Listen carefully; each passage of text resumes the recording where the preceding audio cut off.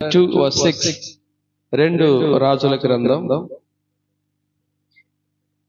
2వ అధ్యాయం 6వ వచనం. 2 రాజాకల్ 2వ అధికారం 6వ వచనం చదువుకుందాం. అంతటా ఏలియా యెహోవా నన్ను యుద్ధానికి పొమ్మని సెలవిచ్చున్నాడు గనుక నువ్వు దయచేసి ఇక్కడ ఉండమని ఎలిషాతనగా అతడు యెహోవా జీవంతోడు నీ జీవంతోడు నేను నిన్ను విడవనని చెప్పాను గనుక వారిద్దరూ ప్రయాణం వెళ్ళిరి. చదువుకున్న లేఖన భాగాన్ని దేవుడు ఆశీర్వదించి మనందరితో కూడా మాట్లాడునుగాక. మనం గత వారాల నుంచి చదివి గిల్గాలు అనే స్థలం, బేతేలు అనే స్థలం, యెరికో అనే స్థలం, చివరిగా యోర్దాను నది దాటి ఏలియా ఎట్లా పరలోకానికి వెళ్ళాడో మనం కూడా ఈ 4 అనుభవాల నుంచి దాటి ముందుకు పోవాలని ధ్యానిస్తూ వచ్చినాం. కడద వారంగల్లో దేవుడు పిల్లలు 4 విధమైన అనుభవతులు தாண்டி நாம் பரலோகம் செல்லணும் சொல்லி நாம் தியானித்து வந்தோம். మనం లాస్ట్ వారం కూడా యోర్దాను నది దాటినాక ఎక్కడికి వెళ్ళాలి? యోర్దాను నది దాటినాక ఎక్కడికి వెళ్ళాలి? పల్లకలకి డేటా పైన వారు ఏం విన్నారైతే యోర్దాను నది తాండిన మేలు ఎంగ పోనవా పోన వారం సొన్నెల్లా కానాన్ అనే దేశానికి పోవాలి. వాగ్దాన భూమి, వాళ్ళు వాగ్దాన అనే భూమికి, కానాన్ దేశానికి, పాలు తేళ్లు ప్రవహించే దేశానికి, మంచి దేశానికి వాళ్ళు వెళ్ళాలి. వెళ్ళక ముందు ఏం చేయాలని ధ్యానిస్తూ వచ్చినాం అంటే మిమ్మల్ని మీరు పరిశుద్ధపరచుకోండి. ఇంకా ఈ యోర్దాను దగ్గర ఇంకా కొన్ని చేయాల్సిన కార్యాలు ఉన్నాయి. అంటే యోర్దాను దాటక ముందు இந்த 4வது அனுபவத்தை வரும்போது இன்னும் சில காரியங்களை நாம் சரி செய்து கொண்டு நாம் தாண்டி அந்த పక్కం పోను. ఇంకా ఈ 4వ చివరి అనుభవంలో ఇంకా కొన్ని విషయాలు ఉంది. యోర్దాను నది అనే దగ్గర కొన్ని అనుభవాలు దాటుకుంటేనే చివరిగా మనం పరలోకం పోతాం. సరే, మొదటి వాగ్దాన భూమిలోకి పోవాలంటే మనం కూడా ఈ లోకాన్ని వదిలి పరలోకానికి వెళ్ళాలంటే మనల్ని మనం పరిశుద్ధపరచుకోవాలి. ఇంకొక అనుభవం కూడా ఈ వారం కూడా ధ్యానిస్తాం. 2 రాజులు 5వ అధ్యాయం 14వ వచనం. 2 Kings చాప్టర్ 5:14 చదువుదాం. అతడు పోయి దైవజనుడు చెప్పినట్లు యోర్దాను నదిలో 7 మార్లు మునగగా అతని దేహము పసిపిల్ల దేహం వల్లనే అతడు శుద్ధుడాయను. రెండవదిగా ఇక్కడ సిరియా రాజు సైన్యాధిపతి అయిన నయమాను ఒకడుండెను. ఇతడు పరాక్రమశాలి సైన్యాధిపతి. ఇతడికి కుష్ఠరోగం ఉన్నది. కుష్ఠరోగం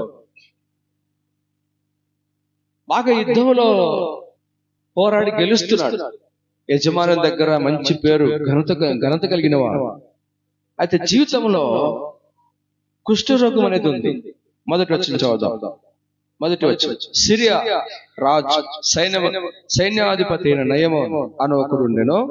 అతని చేత యెహోవాయే సిరియా దేశమునకు జయం కలుగు చేసి ఉండెను గనుక అతడు తన యజమాని దృష్టికి గనుడై దయ పొందిన వాడాయను. అతడు మహాపరాక్రమశాలి ఉండెను గాని అతడు కుష్ఠరోగి. లోకంలో చాలా బాగున్నాడు. అన్ని రాజ్యాల మీద యుద్ధానికి పోయినప్పుడు జయిస్తున్నాడు, గెలుస్తున్నాడు. బహు పరాక్రమశాలి అని పేరు, ఘనుడు అని పేరు, గాని అని పెట్టాడు. మరలా అతడు కుష్ఠరోగి. మనం కూడా చూడండి, చాలా పర్యాలు చాలా గంభీరంగా కనబడతాం కదా, బాగా కనబడతాం, బాగా పాటలు పాడినట్టు కనబడతాం, వాక్యం చెప్పినట్లు కనబడతాం. మందిరంలో ఆత్మీయ విషయాల్లో చాలా బాగా ఘనంగా కనబడతాం. లోకంలో కూడా మనుషులకి చాలా గంభీరంగా ఘనంగా కనబడతాం. అయితే లోపలేముంది? లోపలేముంది? ఏదో ఒక వ్యాధితో ఏమైపోతున్నావు? కృంగిపోతున్నావు.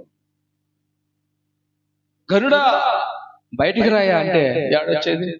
కుష్ఠరోగం. పరాక్రమశాలి అని 10 మంది సన్మానం చేయాలంటే చేతులు ముడుచుకోవాల్సి వస్తుంది, ఇంకా మూతి ముడుచుకోవాల్సి వస్తుంది. లోకముల గనుడే, లోకముల పరాక్రమశాలే అయితే గాని కుష్ఠరోగం ఉంది. కుష్ఠరోగం అనేది ఒక అపవిత్రమైన రోగం. మనిషిని ముఖ్యమైన మనుషులకు బాగా కనబడే భాగాలను తినేస్తారు. చెవులు, ముక్కు, నోరు, వేళ్ళు, కింద గోర్లు. ఇది బాగా ముందు కనబడేది. ஆகல ஒரு சேனாதிபதி இருக்கிறான். யுத்தத்திலே பராக்கிரமசாலி. அவர் ராஜா கிட்ட ரொம்ப கனமுள்ள ஒரு மனுஷன். ஆனா அவனுக்கு குஷ்ட வியாதி இருக்கு. உலகத்துல பார்க்கும்போது நாம் கனமா தெரியும், ரொம்ப பராக்கிரமசாலியா நம்ம பேசுவோம், பாடுவோம், இருப்போம். உலகத்துல நல்லா பாக்குறதுக்கு நல்லா இருப்போம். ஆனா உள்ளுக்குள்ள என்ன இருக்கும்? ஒரு வேதனை இருக்கும். வெளியே நல்லதா இருக்கிறீங்க, உள்ள என்ன இருக்குது? ఉన్మయాన సంతోషం இல்லை.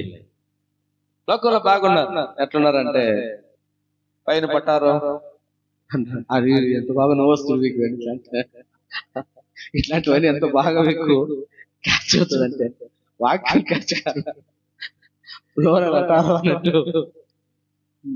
వేడి పండును చూడు, చెప్పండి, అదేనే చెప్పండి కొంచెం జాతిగా. అదే చెప్పండి, వేడి పండును చూడు, తర్వాత పొట్ట ఎక్కువ చూడు, పురుగులు మనం కూడా అదే సేమ్. చూడడానికి చాలా గంభీరంగా కనబడతాం. అయితే లోపల ఏముంటది? లోపలకు వ్యాధి ఉంది. ఏ వ్యాధి అది? అపవిత్రమైన వ్యాధి. చూడండి, ఇది ఏం చేస్తుంది చూడండి. లేవికాండము 13:45 వచ్చింది. இந்த குஷ்ட வியாதி அந்த சேனாதிபதிக்கு இருக்கு. அதனால எவ்வளவு கனமா இருந்தாலும் தைரியமா இருக்க முடியல. ஒரு வியாதி அவனுக்கு வேதனைப்படுத்துது. நம்ம கூட சில காரியங்களை நாம் தைரியமா கம்பீரமா இருக்கிறோம், நம்ம உள்ளுக்குள்ள ஒரு வேதனை, உள்ளுக்குள்ள ஒரு வியாதி நமக்குள்ள இருக்கிறது. లేవికాండం 13:45. Leviticus chapter 13 verse 45. ఆ పొడగల కుష్ఠరోగి వస్త్రాలు చింపేయాలి, తల వెరుబోసుకోవాలి, పెదాల్ని కప్పుకొని అపవిత్రుడను అపవిత్రుడను అని బిగ్గరగా కేకలేసి ముండలు, తర్వాత బయటకు ఉండాలి. వాడు అందరిలో కలిసి ఉండేదానికి లేదు. వాడు ఊరికి బయట, ఊరికి, సమాజానికి, దేవునికి బయట ఉండాలి, దూరంగా ఉండాలి. ఒక కుష్ఠ వ్యాధి வந்தன்னா ஊருக்கு மனுஷருக்கும் தேவனுக்கு கூட தூரமா இருக்கணும். ஊர்ல சேர்க்க மாட்டாங்க. அது ஒரு వ్యాధి, అది అశుద్ధమైన వ్యాధి. చూడండి, కుష్ఠరోగి అనేటప్పుడు ఎవరికి దూరం అవుతున్నాడు మనిషి? దేవునికి దూరం అవుతున్నాడు, తర్వాత ఊరికి దూరం అవుతున్నాడు, తర్వాత ప్రజలకి దూరం అవుతున్నాడు. వాడిని పెట్టారు. వాడే నేను అపవిత్రుని జుట్టు చింపేసుకొని, బట్టలు చింపేసుకొని పోవాలి. அந்த அசுத்தமான வியாதி இருந்தா துணியெல்லாம் கிழிச்சு போட்டு நான் அசுத்தமானவன் அப்படின்னு சொல்லி தேவனுக்கும் மனுஷனுக்கும் ஊருக்கும் தூரமா இருக்கணும். మరి ఈయన ఎట్లా పెట్టుకున్నారో రాజు దగ్గర కప్పుకో ఉంటాడు. ఇంకా అన్ని మొత్తానికి ఏం చేసి ఉంటాడు? చేతులు కాలంతా మొక్కంతా కప్పుకొని ఉంటాడు. యుద్ధానికి పెట్టేప్పుడు ఎట్లా అన్ని కవర్ చేసుకుంటాడు. యుద్ధానికి పెట్టేప్పుడు అన్ని కవర్ అయిపోతాడు. సరే, మనకి కుష్ఠరోగం అంటే ఒక అపవిత్రమైన వ్యాధి అని ఉంది అక్కడ. ఇంకో మాట చూద్దాం. 2 Timothy 2:16. 2 Timothy chapter 2 verse 16. 2 Timothy 2:16.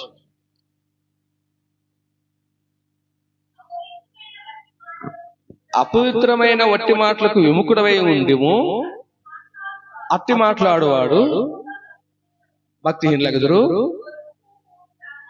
కురుకు పుండు పాకినట్టు వారి మాటలు ప్రాకును, పిలేతును వారు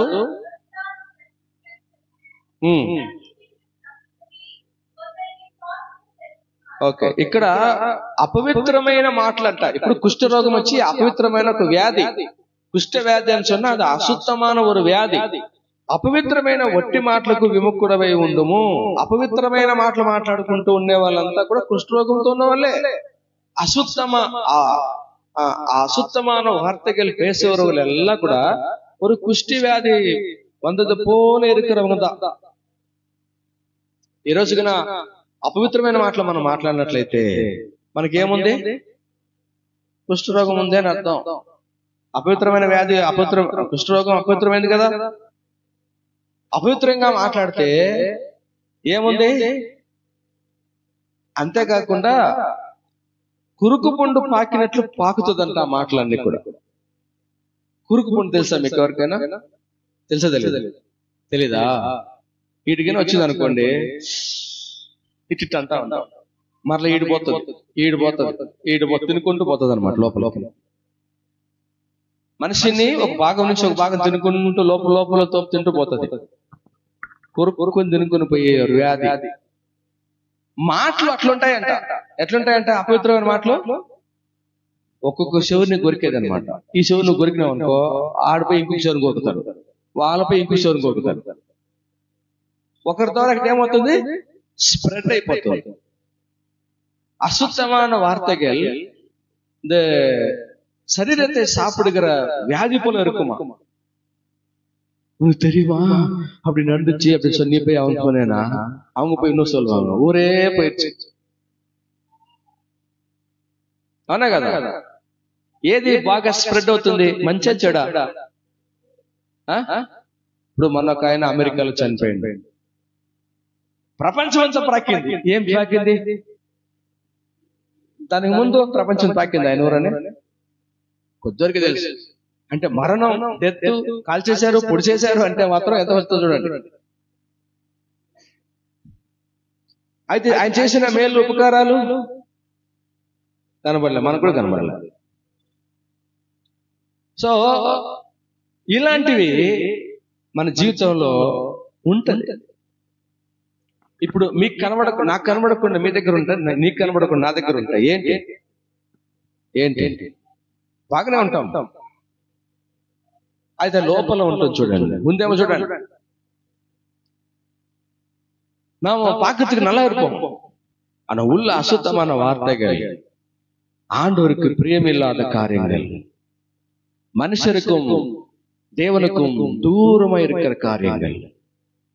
కొన్ని పర్యాలు చూడండి, మనం అపవిత్రమైన మాటలు పలికేటప్పుడు సత్యాన్ని వదిలిపెట్టేసి విశ్వాసాన్ని చెరిపే వాళ్ళగా ఉంటాం. కొన్ని పర్యాలు అది దేవునికి నీకు దూరం చేస్తుంది. మరి ఇలాంటి అపవిత్రమైన మాటలతో ఉంటే మనం దాటి అవతలికి వెళ్తామా? యెషయా అన్నాడు, పరలోక దర్శనాన్ని చూసి, అయ్యో అపవిత్రమైన పెదవులు కలిగిన వాడు నేను, అట్లాంటి వాళ్ళ మధ్యలో ఉన్నాను నేను అన్నాడు. ఒక ప్రవక్త అசுத்தமான வார்த்தைகள் பேசுகிற ஜனர் மத்தியில நான் இருக்கிறவன், ஐயோ என்னோட உதடுகள் எல்லாம் அசுத்தமானதே அப்படின்னு சொல்லி கத்தி ஆண்டவரை நோக்கி பார்க்கிறான். அப்ப இதுல இருந்து நான் పరిపూర్ణమా సుగతే పెరును. దీంట్లో నుంచి మనం సంపూర్ణమైన స్వస్థత, శుద్ధి కావాలి. ఈయన అట్లనే ఇస్రాయల్ మీద కూడా పోయాడు. వాళ్ళందరినీ, ఇస్రాయల్ దేశం జైలు బిడ్డలందరినీ యుద్ధం చేసి వాళ్ళందరినీ పట్టుకొస్తూ ఒక అమ్మాయి పట్టుకొచ్చాడు, చిన్న అమ్మాయిని.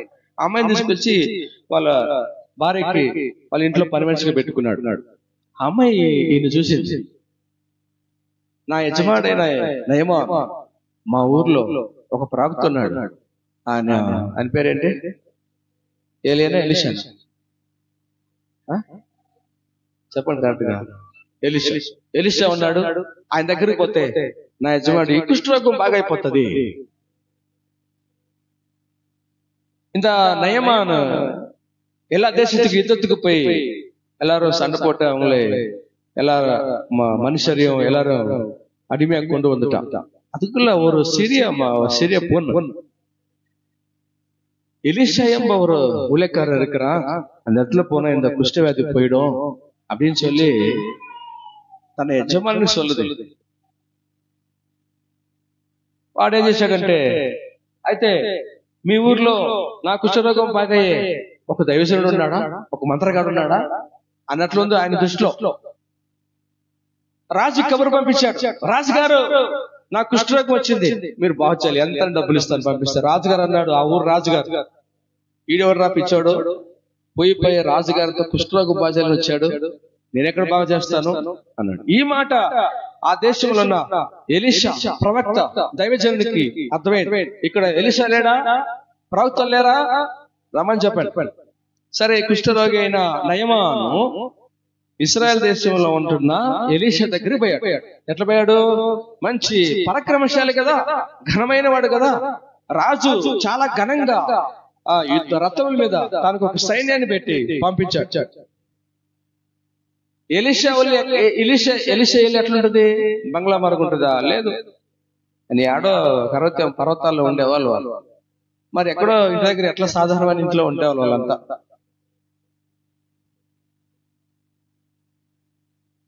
ఇప్పుడున్న సేవకులకు కాదండి. ఇప్పుడున్న సేవకులు అంటే ఏసీ రూములు, కారు, ఫ్లైట్లు, కోట్లు ఉంటాయి. ఎలీషా వీళ్ళందరినీ మించిన ఆయన.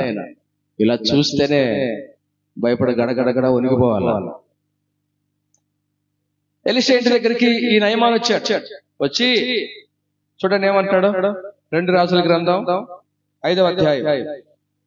இந்த குஷ்ட வியாதி எப்படி போகும் அப்படின்னு சொன்னா, ஒரு ஊழியக்காரர் இருக்கிறான், அந்த இடத்துல போ, நல்லாயிடும் அப்படின்னு சொன்னா, அந்த நயமான ஊழியக்காரர் ஆகிய எலிஷாக்கு வருகிறான், அந்த வீட்டுக்கு வருகிறான். చదవండి ఎవరైనా 5వ అధ్యాయం 2 రాజుల గ్రంథం. నయమాను 9వ వచనం. నయమాను గుర్రములతో రథములతో వచ్చి ఎలీషా ఇంట ద్వారమున ముంద నిలిచి ఉండగా, ఎలీషా, నీవు యొర్దాను నదికి పోయి 7 మార్లు స్నానం చేయము, నీ ఒళ్ళు మరలా బాగై నువ్వు శుద్ధుడగదు అని అతనితో చెప్పుటకు ఒక దూతను పంపాను. అందుకు నయమాను కోపం తెచ్చుకుని తిరిగి పోయి ఇట్లానే ఇంటి దగ్గరికి వచ్చాడా లేదో, ఎలీషా అన్నాడు, వాడిని పోయి ఆ యొర్దాను నదిలో 7 సార్లు పోయి మునుగుమని పోను. అదేంది? పరాక్రమం, యుద్ధశీరుడు, రథాలు, గుర్రాలు వేసుకుని వస్తే ఈయన వెల్కమ్ చేసి రెండు పిలిచి, ఎక్కడ నీకు కుష్ఠరోగం వచ్చింది? చేతుల్లో వచ్చిందా, కాళ్ళలో వచ్చిందా, ముక్కు మీద ఉందా, నోటి మీద ఉందా, ఎప్పుడు వచ్చింది, ఎన్ని రోజులు అయింది నీకు వచ్చి, చెప్పు, ఎన్ని రోజులు? మొత్తం డీటెయిల్ తీసుకొని కెమెరా మంచిగా పెట్టు, మైక్ మైక్ చెప్పు, ఎన్ని రోజుల నుంచి వచ్చి? సంవత్సరమా, 10 రోజులు? Come on tell me. టచ్ కాదు ఇక్కడ, టచ్ కాదు. ఇప్పుడున్న సేవకులు చేస్తారు, టచ్ కాదు, ఇది వివరణ అడుగుతున్నాడు. ఎన్ని రోజుల నుంచి వచ్చి? కెమెరా మంచిగా పెట్టండి, మైక్ దగ్గర పెట్టవాడు, మైక్ దగ్గర పెట్టండి.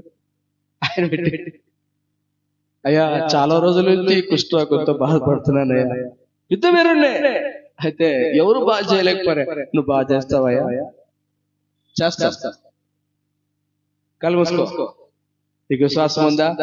ఇట్లాంటి డ్రామాలన్నీ ఆయన చేయలేదు. ఇట్లాంటి డ్రామాలన్నీ ఎలీషా చేయలేదు. వాడి ఇంటికి ముందు రాకముందునే వాడిని పోయి యొర్దాను నదిలో మునుగమని చెప్పారు. ఆడికి కోపం వచ్చేసింది. అసలు ఏంటి, ఎప్పుడు వచ్చింది, ఎన్ని సంవత్సరాలు ఏంది, అసలు ఏం కనుక్కోలేదు ఏ మనిషి. అసలు ఊరు పేరు వచ్చింది ఎవరు తెలుసా ఎలీషాకి? బాగా తెలుసు ఎలీషాకి. ఎవరు పిలిచి లోపల కూడా పిలవడా? కోపం వచ్చింది. మా ఊర్లో అంత నదులు లేవా? నైలు నది, ఇంకా చాలా నదులు ఉన్నాయి, మంచి శ్రేష్టమైన నదులు ఉన్నాయి, నదులు లేవా? మునుగమంటాడు, మునుగనా? అదేంది ఇది? ఆయనతో ఉన్న ఒక ఆయన అంటాడు, పని, అయ్యా ఆయన ఏదైనా ఒక పెద్ద పని చేయమంటే చేసి వస్తావా లేదా? చేసి వస్తాను.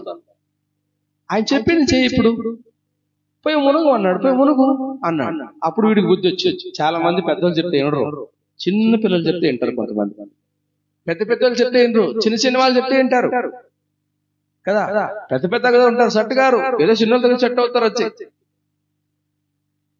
అట్లా పెట్టాడు దేవుడు, ఏం చేద్దాం.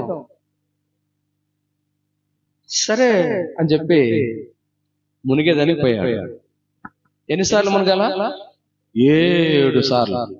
ఒకటోసారి, రెండోసారి, మూడోసారి, చెప్పండి అందరూ, 4ఓసారి, 5ఓసారి, 6ఓసారి, 7ఓసారి అన్నారు. అట్లా చెప్తా ఉంటే ఆయన మునుగుతుంటాడు అనమాట. మునిగేందు. మునగడం అంటే ఎట్లా? సగం సగమా, పూర్తి మునిగిలేయడం. రాజుగారు, అయ్యగారు మేము లెక్కేస్తాం, మునగండి. ఒకటే పూర్తి మునిగేశాడు. మళ్ళా రెండోసారి మునిగాడు. ఇప్పుడు ఏమైనా అయిందా? లేదు. మళ్ళా మూడోసారి మునిగాడు. ముఖ్యమైన చూడండి, లేదు. అయిపోయిన తర్వాత 7 సార్లు పూర్తిగా మునిగి లేస్తే ఎట్లయిపోయిందంట? పసిపిల్లల లాంటి శరీరం అయిపోయింది. పసిపిల్లడికి ఎట్లా నిగనిగ స్మార్ట్ ఎట్లా ఉంటుందంటే అలా కొత్త దేహం వచ్చింది. తూలే కరుస్తున్నా నీ పోయి ఎవరితో అన్నదిలే, ఏలు వాటి నీ ములిగి స్నానం చేయి உன்னோட వ్యాధి போயிடும் அப்படின்னு சொன்னார். 7 வாட்டி அதுல போய் முழுகினதுனால அந்த వ్యాధి పోయిடுச்சு. ఇప్పుడు ఆయన తిరిగి ఎక్కడికి వస్తాడు? ఎలీషా దగ్గరికి వస్తాడు. వెండి బంగారాలు కానుకలు తీసుకుని వస్తాడు. అయ్యగారు, పోయిన వారము మీ మందిరానికి వచ్చాను, అప్పుడు మీరు నన్ను చూడలేదు, నీతో నేను మాట్లాడలేదు, ఆ కుష్ఠ దగ్గర బాగా అయిపోతానని చెప్పి. ఇదిగా అయ్యగారు బాగా అయిపోయాను. ఇప్పుడు ఉండే వాళ్ళకి అది చెప్తున్నాను, ఇదిగా అయిపోయారు, బాగా అయిపోయారు. పోయిన వారం మీరు చెప్పారు, మీరు నాకు తెలుసా? తెలియదు. మీరు మాట్లాడినారు? మాట్లాడలేదు. ఎక్కడున్నారు? మీటింగ్ లో ఎక్కడో దూరంగా ఉన్నాను నేను, అసలు నీకు నాకు సంబంధం లేదు. మీకు చెప్పారు, అయిపోయింది అయ్యగారు, ఇదిగో నెక్స్ట్ వారం చలో బాగా అయ్యాయి అని. మరలా ఏమన్నా డ్రామా చేసిండ ఎలీషా? చెప్పండి.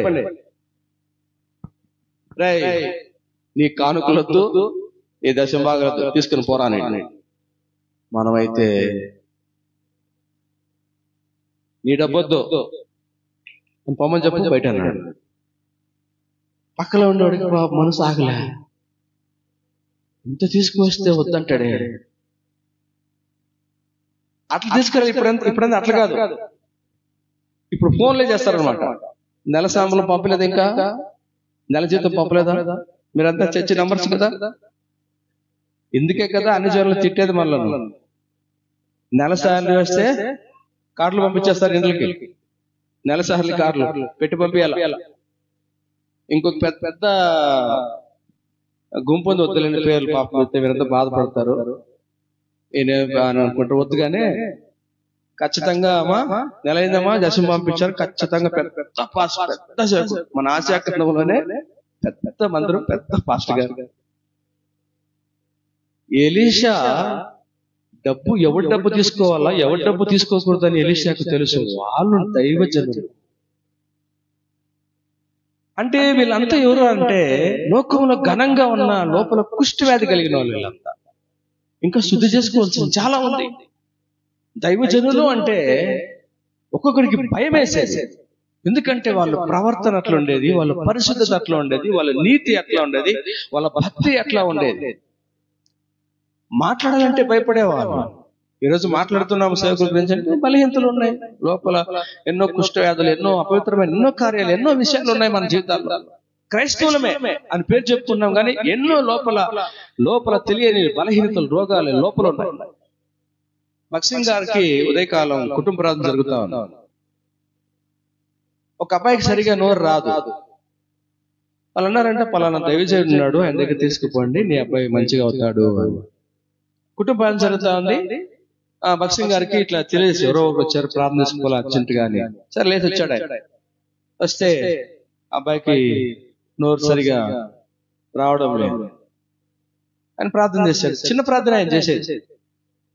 అందరిలా గట్టి గట్టిగా ఇప్పుడే దిగునుగా అని అట్లాంటి చేయడం, అట్లాంటివి చేయలేదు.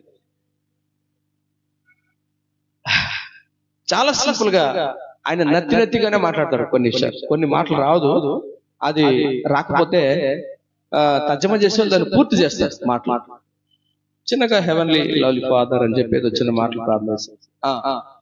ప్రైజ్ ది లార్డ్ అని చెప్పు అన్నాడు.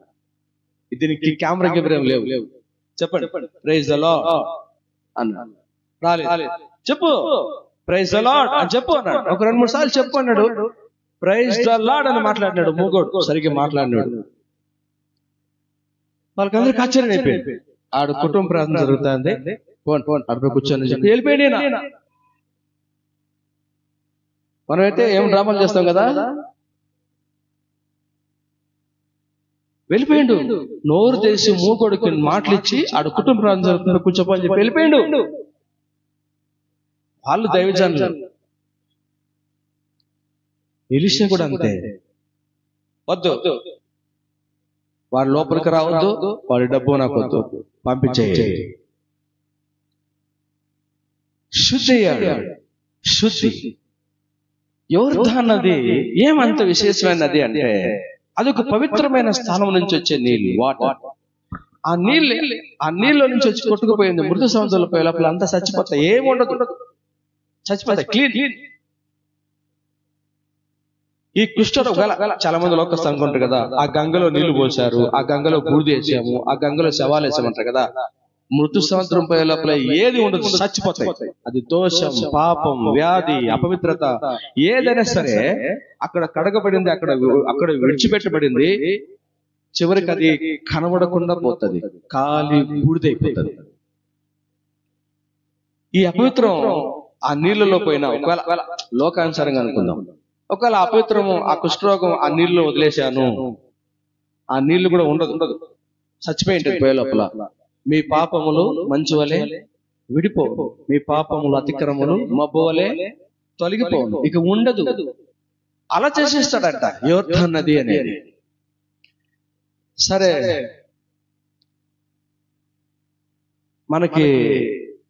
మనకే తెలుసు, మీకే తెలుసు కొన్ని రహస్యాలు, కొన్ని బలహీనతలు, కొన్ని అపవిత్రమైన మాటలు, అబద్ధమైన మాటలు, కురుకుపుండు లాంటి మాటలు మీకే తెలుసు. లోకం బయట బాగానే ఉన్నాం కానీ లోపల ఏదో ఎక్కడో మనం దేవునికి, సమాజానికి, మనుషులకి దూరమయ్యే కార్యాలు ఉన్నాయి. పోనీ మనుషులకి దూరంగా ఉంటే పర్లేదు, కానీ దేవునికి మనం దూరంగా ఉంటే ఇంకేముంటాం, బతకలేం కదా. సో నీ అపవిత్రమైన మాటలు, నీ అబద్ధమైన మాటలు, ఏదైనా సరే దేవునికి దూరం. దేవుడు చూస్తున్నాడు అని దేవునితో ఇంకా శుద్ధి చేసుకోవాల్సింది ఉంది. ఏం చేయాలి ఇప్పుడు? యోర్దాను దగ్గర ఈ జీవ జల నది ఊటైన ప్రభు దగ్గర ఏం చేయాలి? మీకు ఒక ఉదాహరణకు ఒక మాట చూపిస్తాను. ఎహెజ్కేలు గ్రంథం 47వ అధ్యాయం. இந்த யோர்தான் நதி அப்படின்னு சொன்னா பரலோகத்திலிருந்து வருகிற ஜீவ நதி. ஆண்டவராக இயேசு கிறிஸ்துவின் வார்த்தை, வசனம், நம்ம ரகசியமா இருக்கிற பாவங்கள் எல்லாம் மேல நல்லா இருக்கிறோம், அது உள்ள ஒரு வேதனை, ஒரு பாவம், ஒரு அசுத்தம், அதெல்லாவற்றையும் சுத்திகரிக்கப்படுகிற இந்த நதி, இயேசுவின் நதி, எல்லாம் முழுமையா நாம் ஆண்டவருக்குள்ள நாம் முழுங்கி சுத்திகரிக்கப்படணும். உள்ளங்கால் మొదలుకొండు ఉచ్చెంతలై వరకు చదవండి. ఎహెజ్కేలు 47 మొదటి వచనం.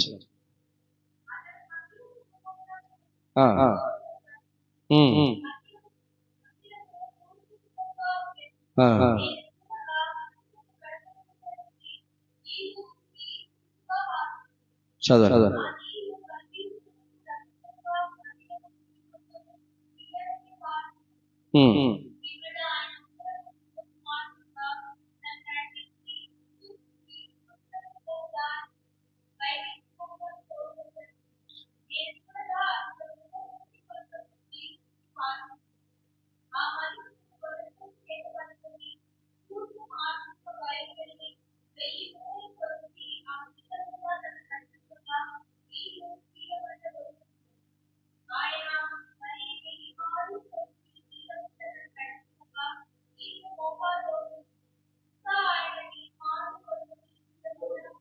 1000 మూరలు చదువు.